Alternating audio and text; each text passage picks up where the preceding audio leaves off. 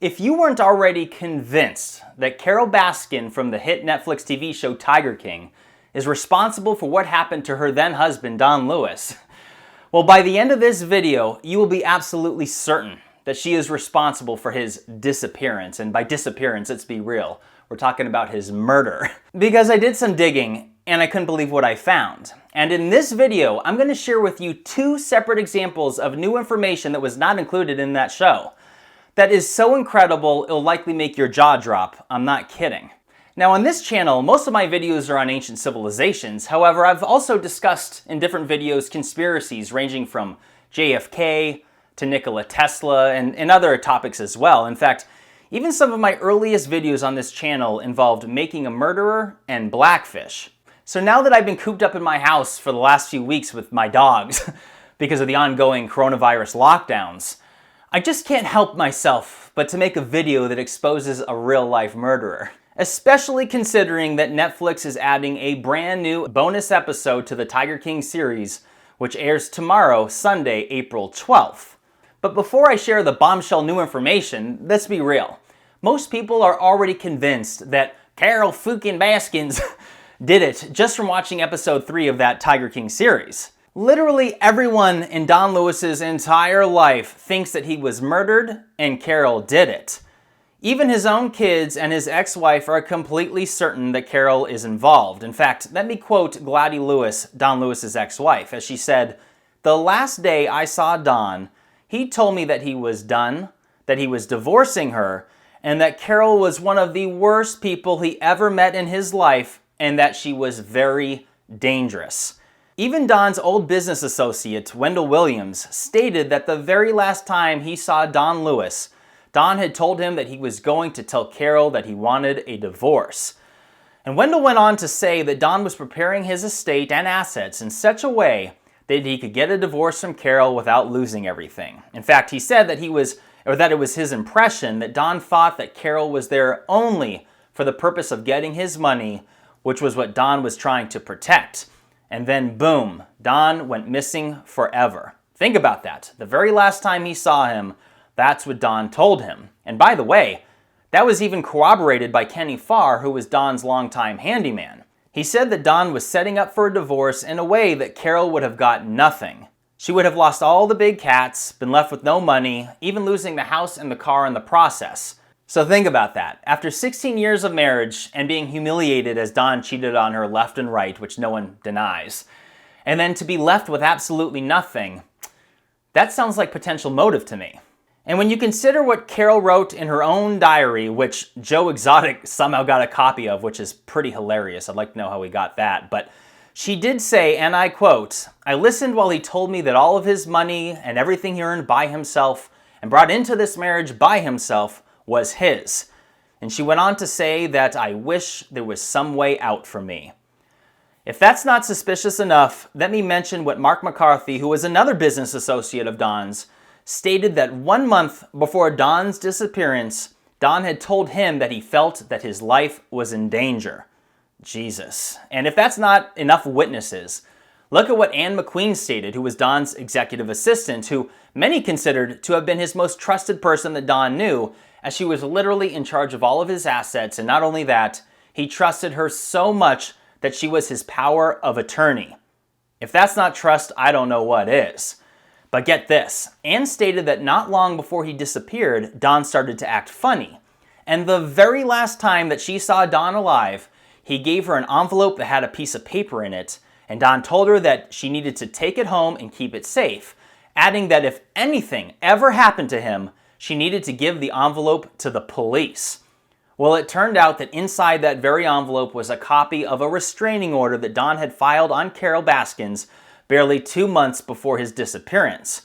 The restraining order stated, and I quote, "This is the second time Carole has got angry enough to threaten to kill me," going on to say that Carole got into a big fuss, ordered me out of the house, or she would kill me, and adding at the end in parentheses, "She has an H5 revolver, and she took my .357 and hid it." Don filed that restraining order in June, and in August he went missing and was never seen or heard of again. Wow, right? And if that's not enough, the fact that everyone in Don's life thinks that he was murdered and that Carole did it. I didn't even mention that Don's old lawyer, Joseph Fritz, thinks that Don was indeed murdered, and if you watched the series, it could not have been more obvious that he thinks Carole is the one who did it, although he refused to say it. But again, if all of that isn't enough, let me now get to the two bombshells that I mentioned earlier. Which brings me back to the restraining order. You may be shocked to hear that the restraining order that Don Lewis filed against Carole was not the only restraining order ever filed against her. We all know that Carole is now married to good old Howard Baskin. They met in 2002 and were married in 2004, but before she met Howard, Carole had another boyfriend named Jay Bakel who lived with her. And in 2002, at the end of their relationship, Jay filed a restraining order on Carole stating that he feared for his life. That's right, and you can even see the police report online for yourself. In fact, I'll put a link in the description of this video. Jay wrote that he was in fear of danger of serious bodily injury or death, going on to cite Carole's missing ex-husband who was presumed dead and that Carole was a suspect in that case. Jay goes on to write that he asked Carole what happens when her missing ex-husband Don shows back up, and Carole replied, "Dead bodies can't talk." Oh my lord. He even goes on to write that even Carole's daughter Jamie warned that Carole is dangerous and that he should watch his back. And if all of that isn't crazy enough, in the same paragraph he mentions that when human bones were found by the authorities behind some local RV center, Carole had said that she hopes the bones were not found on her property, otherwise she would be in, quote, deep shit. Now, I looked up that RV center wondering if it neighbored her own property, but it appears to be more than 25 miles away from Big Cat Rescue. That is unless the location moved in the last 20 years or if Carole once owned property by this RV center. Either way, I'd be curious to know more from Jay. But isn't that nuts? A second person who had an intimate relationship with Carole filed a restraining order on her out of fear of their own life. Filed an actual police report, went to that extent, and one of which went missing forever. That's what you would call a red flag, but if that's not enough, let me go on to bombshell number 2. As we know, Carole had a husband before Don Lewis, and his name is Michael Murdoch, who she had a daughter with as well named Jamie, as I mentioned earlier. It turns out that John Reinke, who you'll recognize from Tiger King as Joe Exotic's zoo manager, had an interview recently with David Spade on his podcast.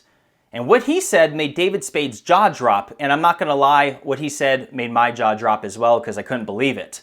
He said, in reference to Carole's husband Don being missing, that, and I quote, "She's missing a husband from before that too. She has a really deep past, and there's some things that haven't come out yet in the episodes." You can go and watch that interview yourself. In fact, I've included a link to Spade's podcast for that video in the description. But are you kidding me? Is that true? Is Carole's first husband, Michael Murdoch, actually missing? But this is a real question, and it'll be interesting to see if this is mentioned in the brand new episode that comes out tomorrow. But think about that. This guy right here, look for yourself, guys, Michael Murdoch. Does anybody know if this guy still exists? Is this man alive? Because he is one of 3 husbands that Carole has been married to, and one of which is gone forever, obviously. So this guy, is he still around? I mean, just think about all this. Add it all together. I have to ask, is Carole Baskin a black widow? This is a serious question. Is Carole Baskin a black widow? Think about it. Hell, Carole even referred to Don Lewis as venomous in her own diary, saying that she hopes that her daughter Jamie never finds herself in a sick and perverted relationship like that one. Just think about that word, venomous. Have you ever used that word, or do you know anyone that's ever used that word to describe somebody? I mean, yeah, we have words like asshole and, manipulator, narcissist, that's a good one. But of all the words to call somebody, venomous. It's kind of funny, especially coming from a potential black widow. So again, when you consider all the details provided by witnesses that knew Don, including family, multiple business associates, and everyone else, and how they all thought that Carole killed him, and when you consider that Carole had a second husband that's possibly missing, and the pattern of multiple lovers filing restraining orders on her, you have to ask yourself what's really going on with her. And let me just say, I do not think that good old Howard Baskin, is in any immediate danger whatsoever, because let's be honest, and this is not meant to be mean, but Howard is clearly a beta. And something tells me that it's the alphas that Carole doesn't like. I mean, come on, Don Lewis is clearly an alpha who probably slept with hundreds of women, or at least as many as he possibly could, it seems like. No one seems to deny that. And yeah, so Carole despised him accordingly. I don't even blame her. But when it comes to Howard, I think he's totally safe. I don't think she would hurt a hair on his head unless he ever decides to leave her. Because the thought of his submissive beta love attention going to another woman, oh my. That right there will probably be way too much for Carole to possibly handle. And then she'll dust off that old missing .357 Magnum revolver, and maybe she'd give one to good old Howard as well. Poor guy. I think he thinks that she's totally innocent, guys. I'm not gonna lie. He's just, man, he's a victim as well. But out of all the things shared in this, I'm not a lawyer, but is this not enough information to at least issue a new warrant to search her property? I mean, it would be a total crime for this investigation to just not go anywhere with all the existing evidence that's there. I mean, this reminds me of O.J. Simpson. I mean, it couldn't be more obvious on who did it. So, yeah, it'll be interesting to see. But the good news is that law enforcement, the sheriff in that area, has said and reached out to the public saying that they are looking for new tips and leads on this case. In fact, Don's old lawyer, who I mentioned earlier, Joseph Fritz, was recently interviewed since the series had aired and stated that he would like to work with law enforcement in providing his knowledge to help solve the case. So here's a question for law enforcement to ponder on. Carole says that Don had simply had dementia and he wandered off, and by the way, everyone that he knew says he did not have dementia, or at least from the research I found.